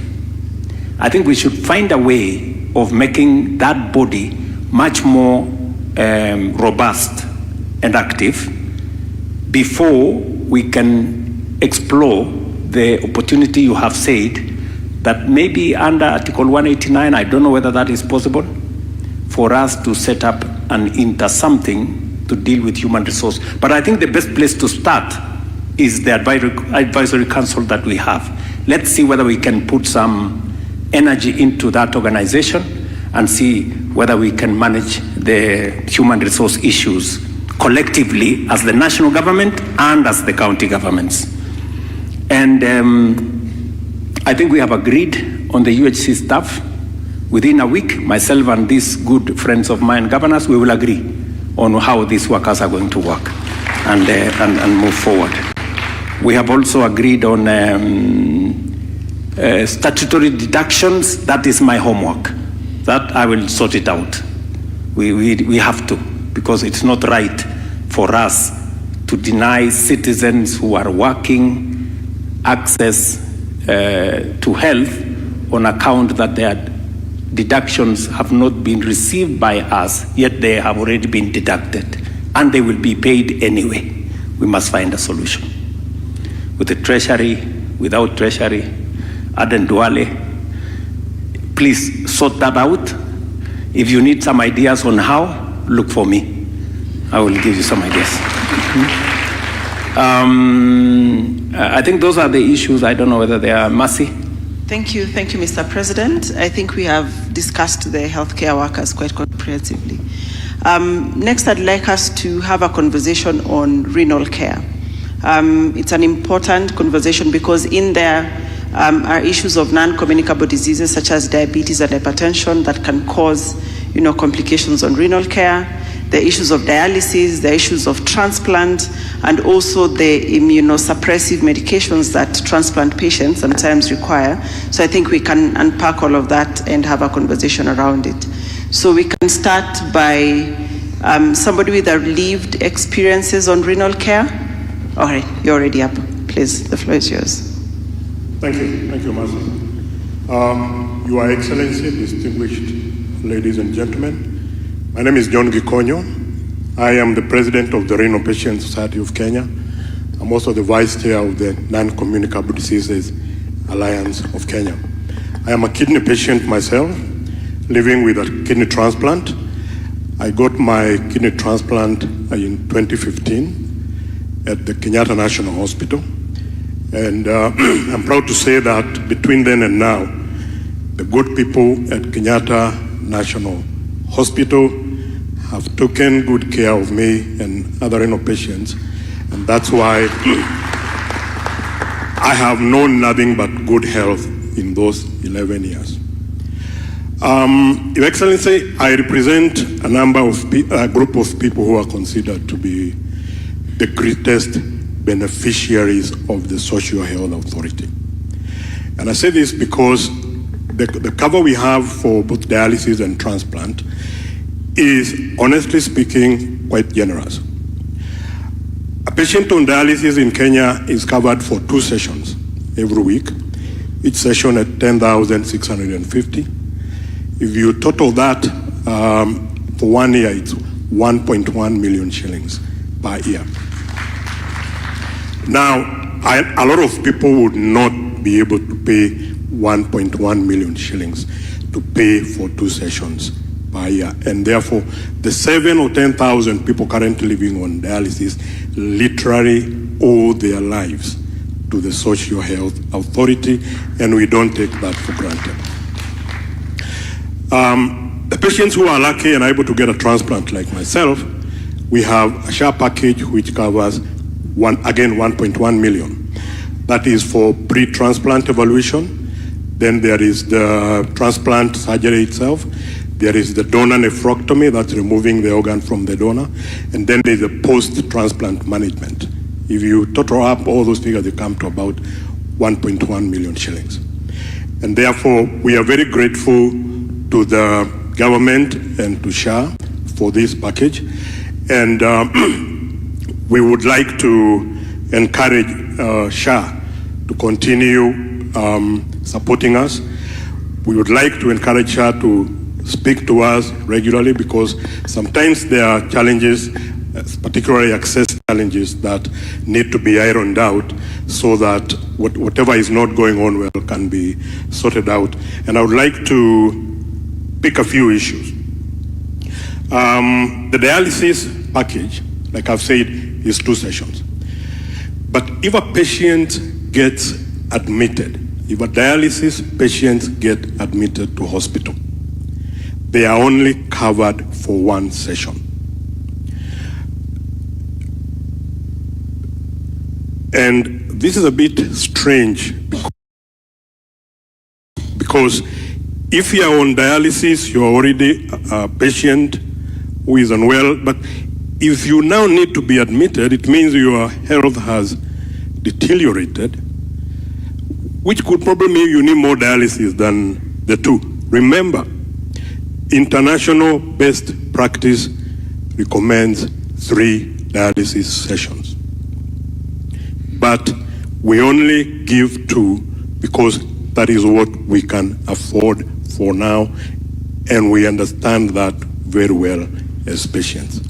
But we only get 2, despite recommendation of 3 dialysis sessions, we get 2 because that is what we can get for now. But, and I'm talking about now a patient who is getting 1 session because they have been admitted. So they will even get more sick because if they are not able to pay for the extra one while they are in hospital, then they will not get well very soon. But what is even worse, Your Excellency, there's a condition called acute kidney injury. And this is a sudden onset of kidney failure, either from an infection, an injury, an accident, or something like that. If acute kidney injury is tackled quickly and intensive care given, which would involve, for example, 5 full days of dialysis, there is an 80% chance that the condition can be reversed, kidney function will be regained, and the patient can go home well. But now when we only allow 1 dialysis session for this patient, because they are any patient, what we are doing, I'm imagining the reason we are doing this is so that we save some money. But what we end up doing, and this is very sad, is that we are saving 50 or 60,000 at the risk now of sending this patient to full-time dialysis, for which we will need 1.1 million per year, and they will have a very bad outcome and a reduced quality of life. So these are some of the things we would like that SHA to reconsider, so that people get the care that they need at the time that they need it, because some of the access rules, unfortunately, are not fair to the patients. We have, like I've said, a post-transplant package. This is a package which supports now the medication and the clinics that we need after transplant. I would like to thank your government and SHA because this is new. This came with SHA.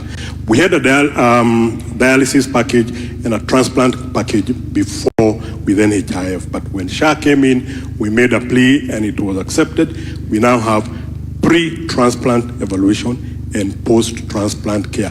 That we attribute to your government and Social Health Authority.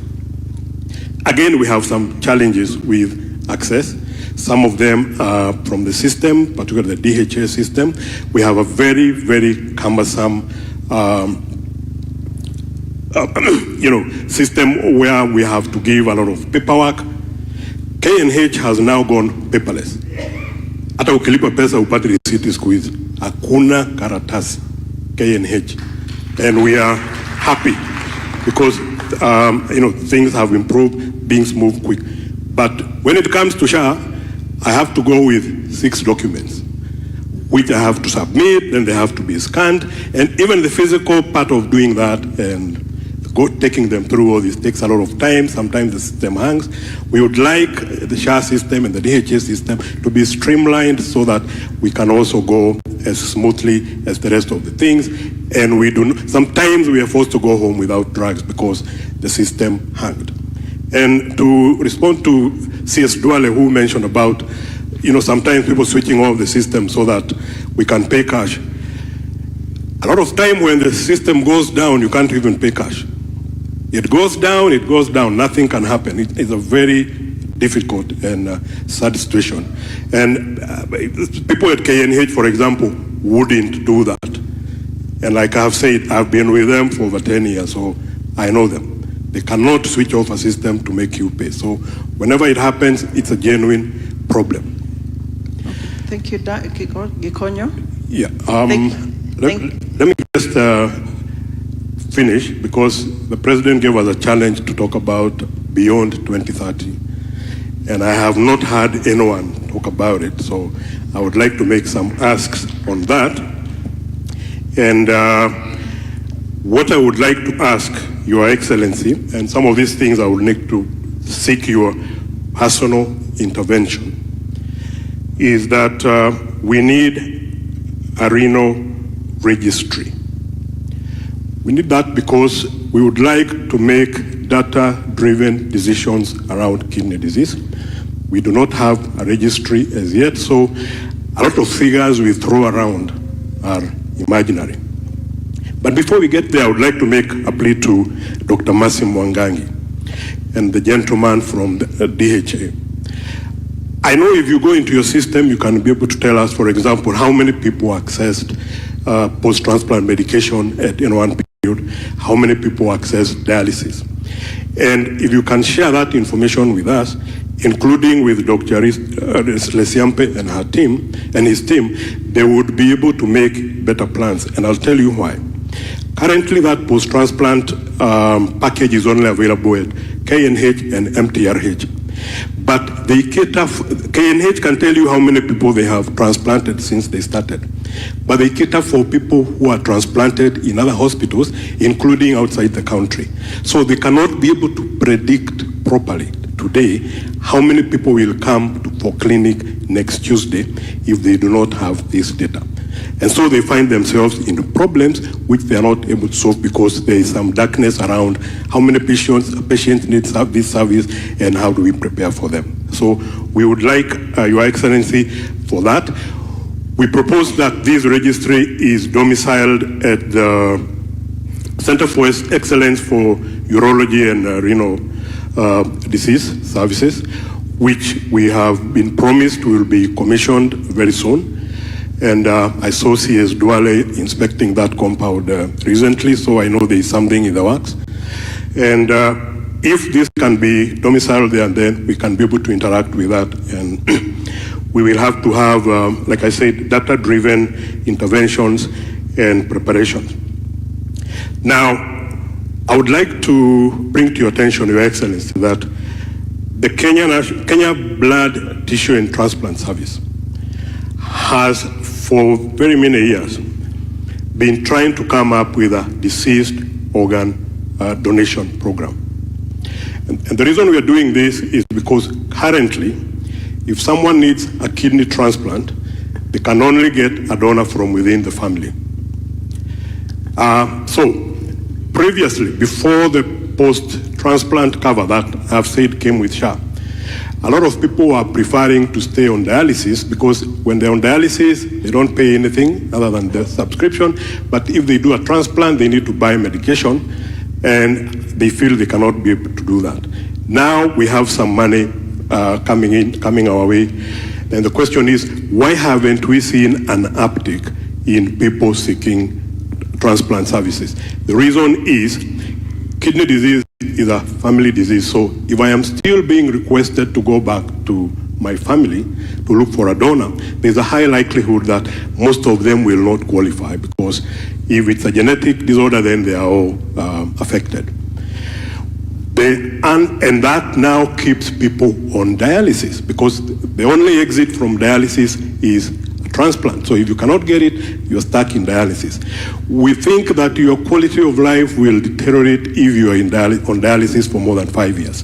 So the cure for that then is a deceased organ program where we can be able to take organs from our dearly departed and then we can use this for transplant. We can also relax the rule that requires me to go to the family so that now my friend or my neighbor can donate to me. The Kenya Blood Tissue and Transplant Services has been working on a framework to operationalize the law that is in the 2017 Health Act. And this process has been stuck since 2023 because of lack of funds. I would like to make a special appeal, Your Excellency, and the Honorable CS for Health. Please make sure that this effort is funded so that we can be able to finish the technical working group that was working on this is able to finish this work so that we can expand the donor pool in the country and more people will be able to exit dialysis and go for transplant. Thank you. Just two more. Thank you. Let's allow others. Let me talk about an NCD. I would like to request that I know we're having a census in 2015. Again, looking for data. We don't know how many people are living with NCDs in the country today. I would like to make a request that during the census, the next coming census, that we put a question on NCDs so we can have some semblance of data of the people living with NCDs in the country. And finally, I would like to make a plea for meaningful involvement of people living with NCDs at the decision-making level so that we can contribute towards some of these decisions using our lived experiences, and that is the end for me. Thank you very much. Thank you very much, Gikonyo. You have packed quite a lot of things, and I could see the President taking notes. We will address that later. Allow me to also just pick 2 or 3 more lived experiences. There was a couple, and yesterday we had a conversation on seeking care in public hospital and those who go to private hospital. Both experiences in our private and public hospitals that wanted to share that story. Oh, he's here.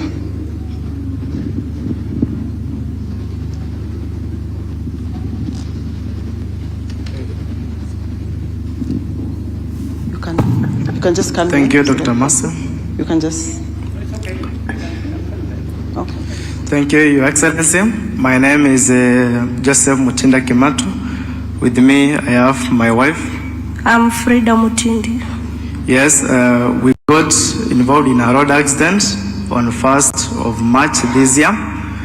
On our way back to school, we are teachers in profession at TSC, and we were admitted in Machakos level 5, but because of logistics of surgery, I was the one who was left at Machakos level 5, and then my wife was referred to German Medical Center in Machakos. So we went through surgeries because I had a acetabular fracture at my right leg. And then my wife had a femur fracture on her right leg also.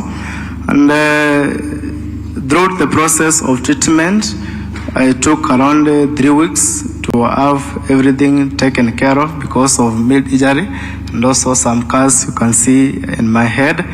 And, she took 1 week in German Medical Center. The bill that was there in Machakos for me, it was 224,000 and ours was 145,000. And comprehensive cover, which is also included in SHA, everything was catered by SHA, around 369, almost 370,000, and no single cent we paid for that service. We have also been going for the clinics and also for the checkups on MRI, CT scans, X-rays in Imaging Center at Machakos, and everything has been taken care of by SHA.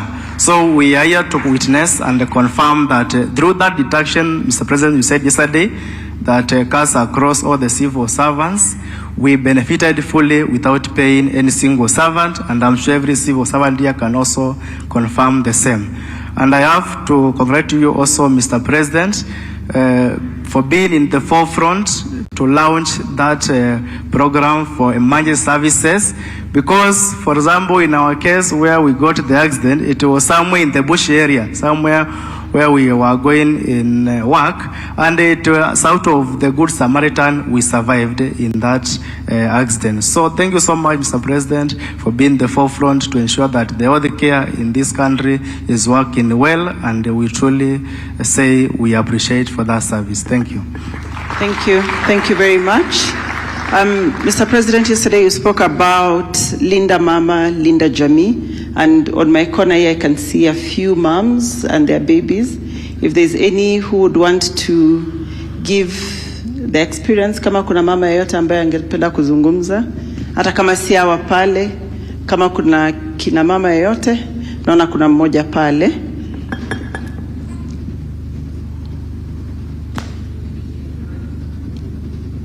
For me, I would like to talk on behalf of mothers with children with disability. Personally, I'm a beneficiary for Tenwek and Bethany Kids Kijabe. Those two hospitals, my son have benefited his spina bifida. He has benefited on the surgeries, the 3 surgeries that were done for him. It was around 300,000 and all of them were sorted out, both in Tenwek and both in Bethany Kids.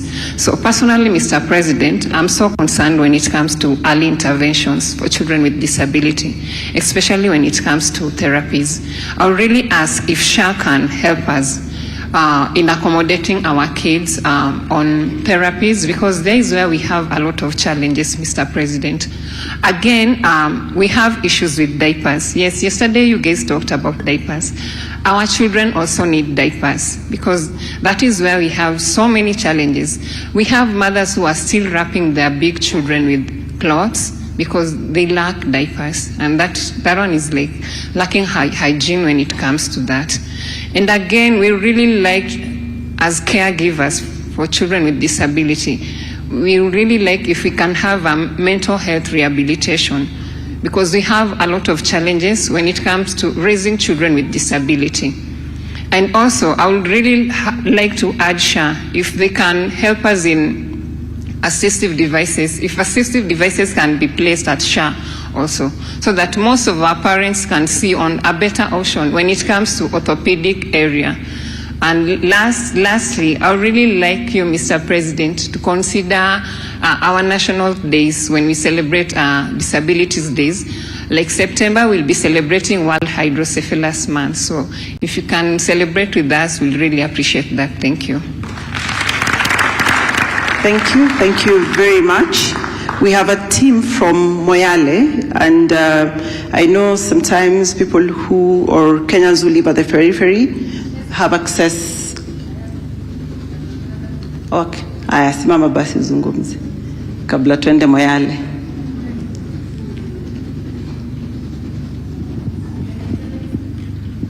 Ongea tu, ongea.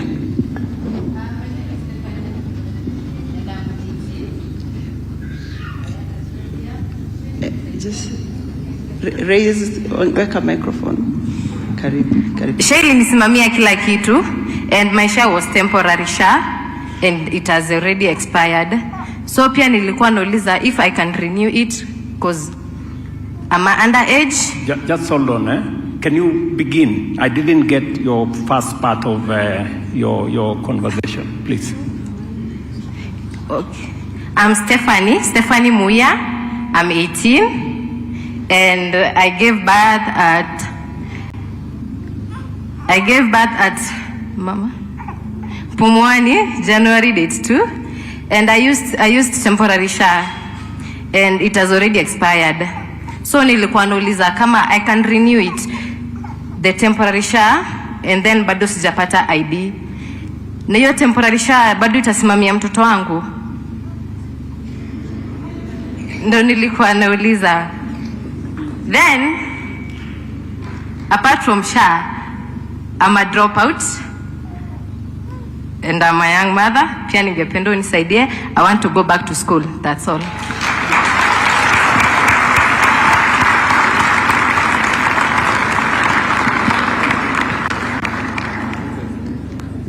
So we can go? Yes. Okay. I thought first. Okay. Let's begin. Maybe we can begin with Stephanie. Yeah, Stephanie. By the way, I have a daughter called Stephanie. So, Stephanie, back to school, you will go.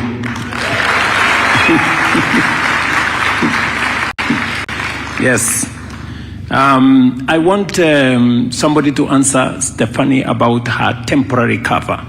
You remember yesterday I said the government of Kenya is going to pay for our teen mothers. Mothers who do not have an ID, they cannot pay for themselves, and so the government of Kenya is going to pay. Mercy? Yes, yes. Your Excellency, you made true to your commitment. SHA does have 1 billion Kenya shillings that you've availed to be able to ensure we cover teenage mothers. And to date, we've covered about 100,000 of them through that program. And that is what Stephanie is talking about, the temporary SHA program. This program runs until the teenage mother is 18. And so it serves for any teenage mother from the age of from 13 all the way to 18. Once the mother turns 18, we expect her to get an ID and then to be able to pay into SHA. So in Stephanie's case, she's told us she's already 18 right now. She's already 18, so we need to help her to get her ID.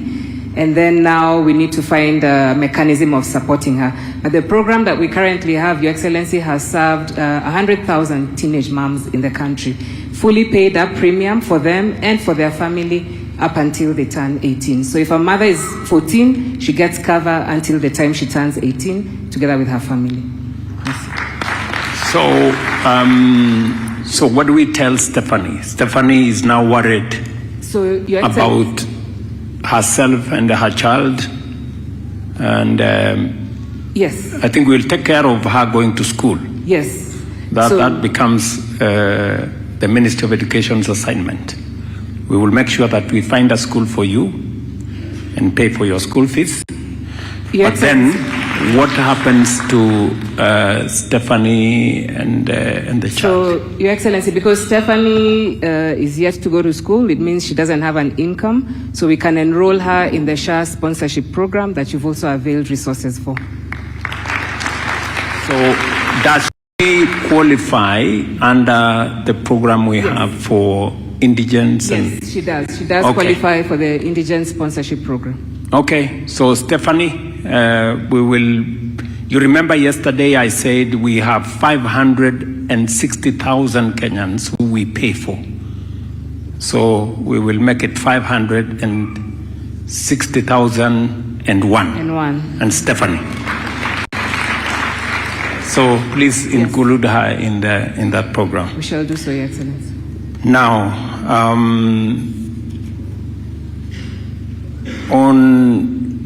I think one gentleman has been, first let me thank Mr. and Mrs. Mutinda. Thank you very much, Mr. and Mrs. Mutinda, for saying two things. That you've actually proven to us that whether it's a private hospital or a public hospital, I've kept on telling the people of Kenya this, that once you are registered in SHA, you can go to any facility, and as long as the facility is registered with SHA, then we should be able to cover your bills. And for you and your wife, you have also given me one more confirmation.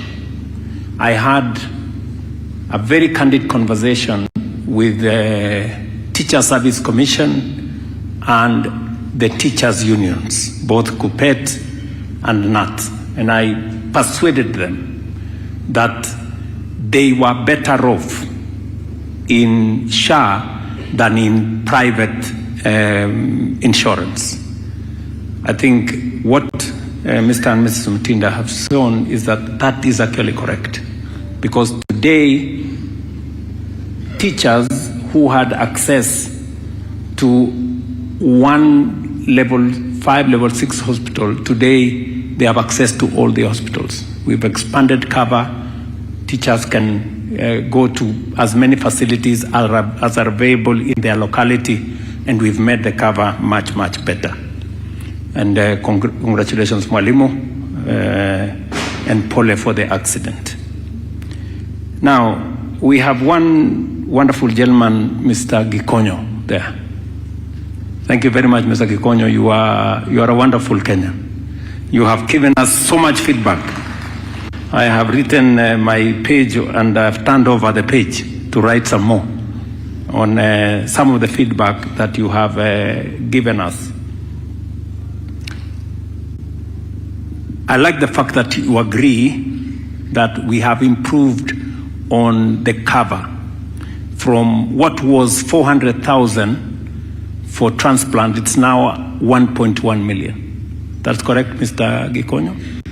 And from what was covered in dialysis, we have enhanced the amount so you can access more facilities.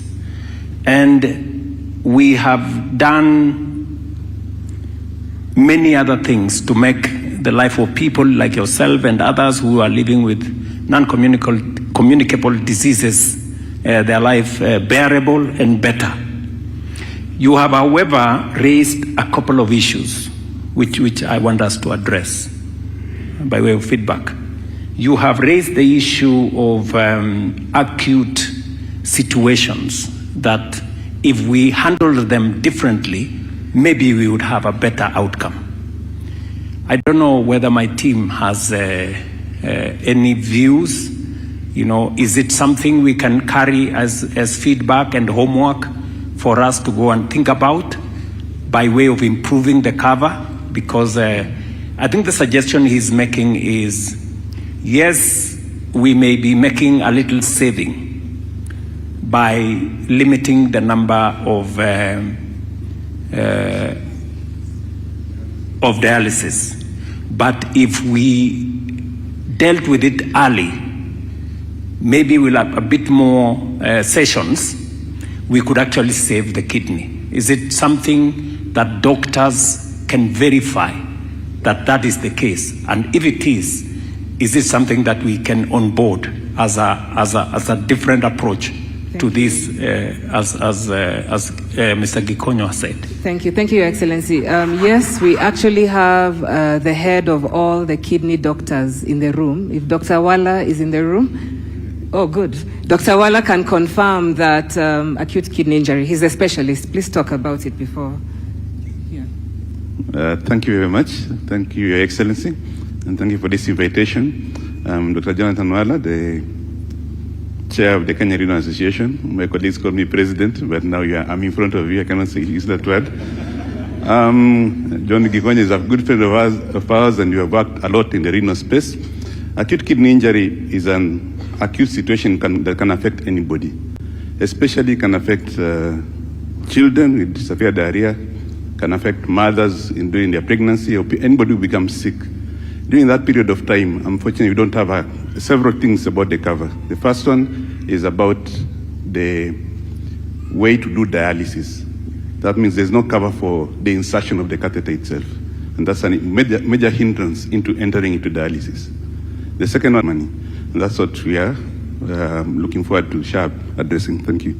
Thank you very much. Your Excellency, I wanted him to come in just so that as you give us that homework, we're able to be aware that these would be many, many cases, meaning they would have, and he's right, they would have a cost implication. So all the mothers, should they lose blood while pregnant, delivering, they become potential candidates of AKI.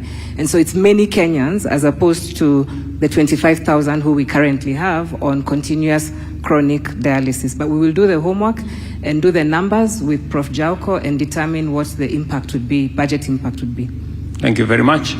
Again, it will go into how we improve the benefit package and all that, but it has to be costed, because we do not want to make a commitment that we are going to cover when the resources are not adequate. We must, for every commitment we make, we must work out the numbers, and we must be able to pay for it. Otherwise, we can make this progressive. We can take it to the next level, assess it for a while, and then see what we can do. That good gentleman, Mr. Gikonyo, has also told us that we need a renal registry, because he has said data is very important. Is that correct, Mr. Gikonyo? Yes, sir. So,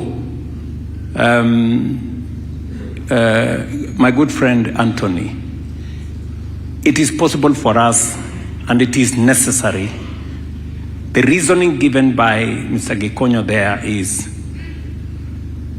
to be able to effectively provide interventions, we must have a good body of data.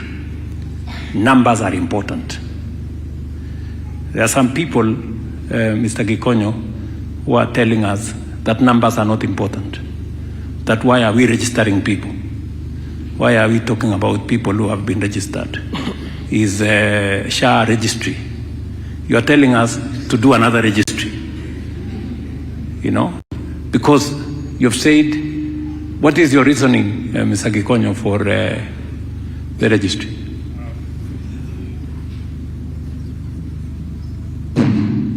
It's working.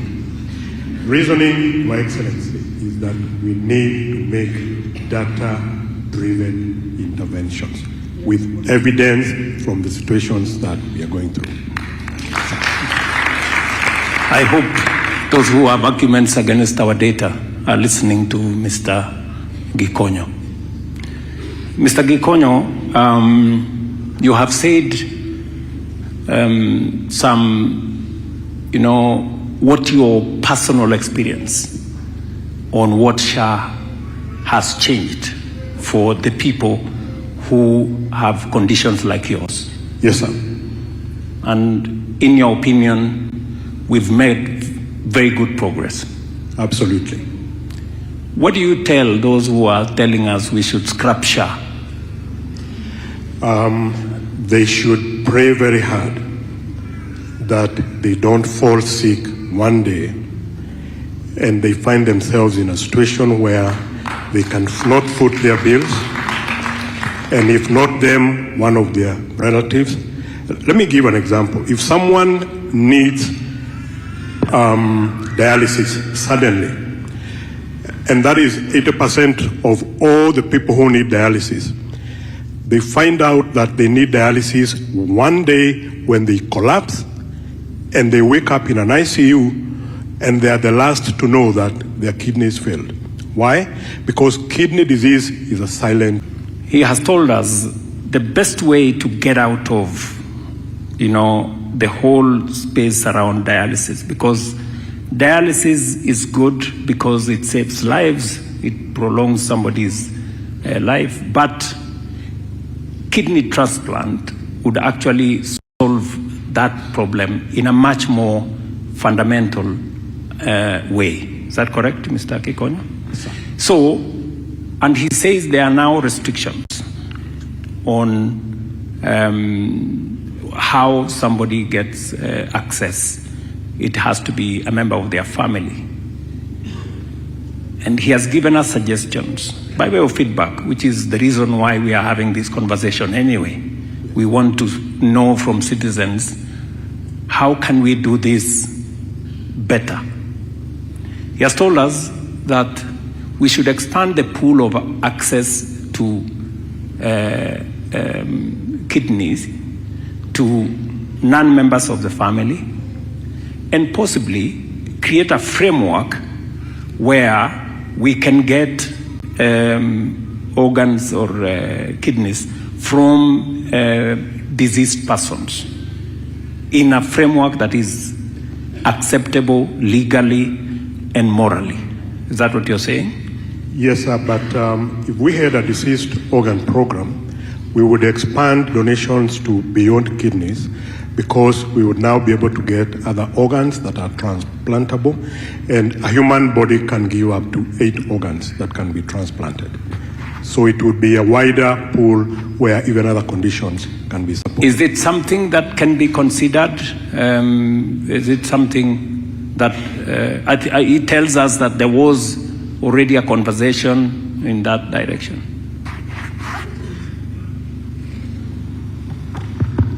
Your Excellency, we are, as a country, we didn't have enough policy and legal framework. But after what happened in Eldoret and the whole story of organ harvesting, the committee which Dr. Wala here, not the president now, but the leader of Kenya Renal Association, was a member among many other experts. That report now is before Parliament. both the Senate and the National Assembly. There was some work we were to do as a ministry, develop the policy, the framework, and the legal instruments, which we are about to finish.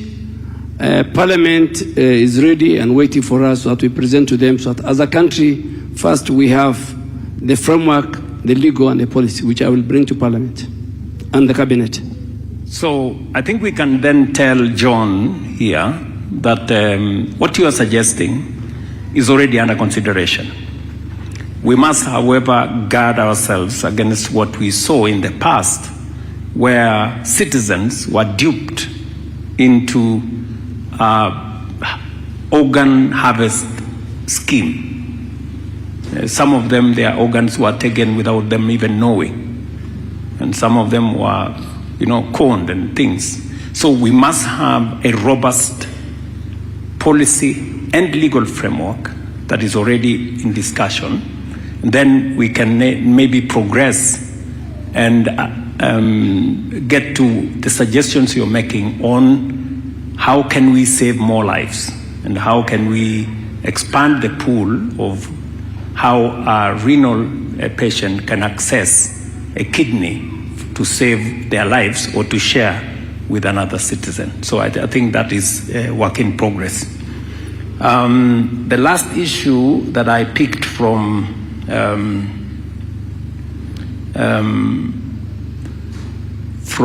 my good friend there is they need better participation in the policies that we are implementing. And I think he is just speaking to a constitutional principle.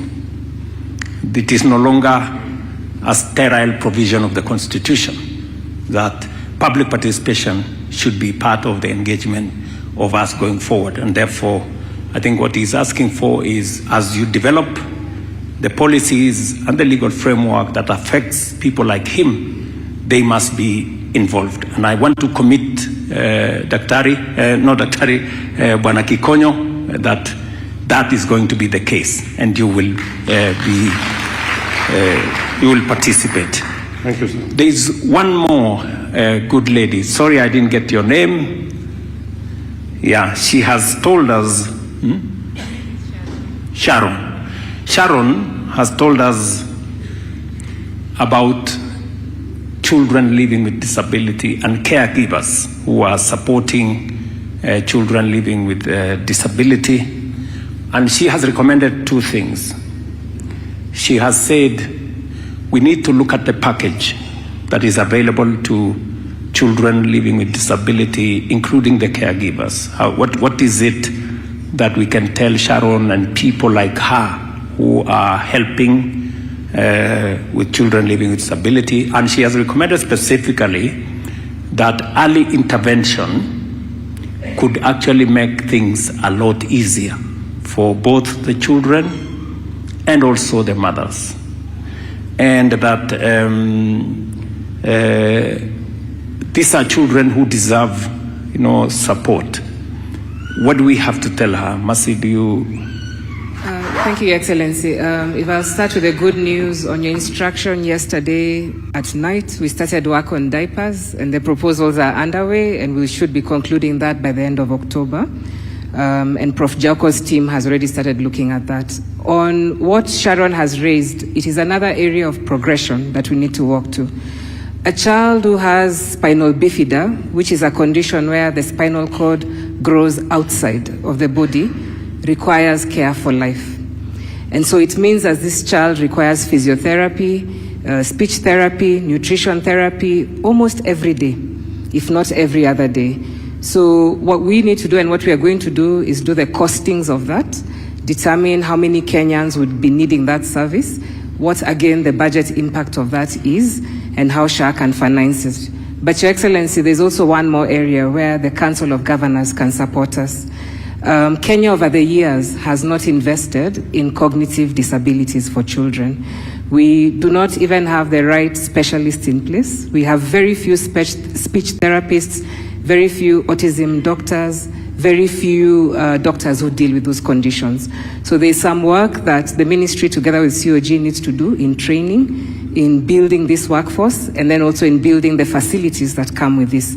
But from a SHA perspective, We're going to review the package and see what we start with. Do we start with 2 sessions of speech therapy a month? While we know that you require more, it's a progressive journey.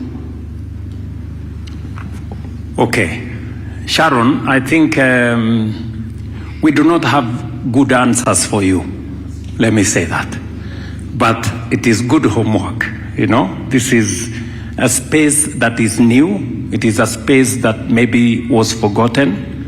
But I agree that it is a space that we must begin to, you know, think about, whether it is mental health. It's becoming a very serious challenge. All the other issues that have to do with disability. That is a space that maybe the ministry and us, we may need to explore more and look at what interventions we can come up with so that people like Sharon and others who support people in that space can be attended to. Sharon, you want to say something? Thank you so much, Mr. President. Okay, I have another one again. We have anticonvulsants. Myself, I take anticonvulsants. I'm epileptic. So these drugs are very expensive. And some of them, we get them at the hospital. Yes, they're being given for free. Unfortunately, some of them are very expensive. We don't get them at the hospital. So can SHA again put us on that kitty? And my question is for my request is also for our governor, Mr. Sakaja. For many counties are doing assessment for children with disability for free. Why is it hard for Nairobi that our kids can't have the assessments can't be done for free?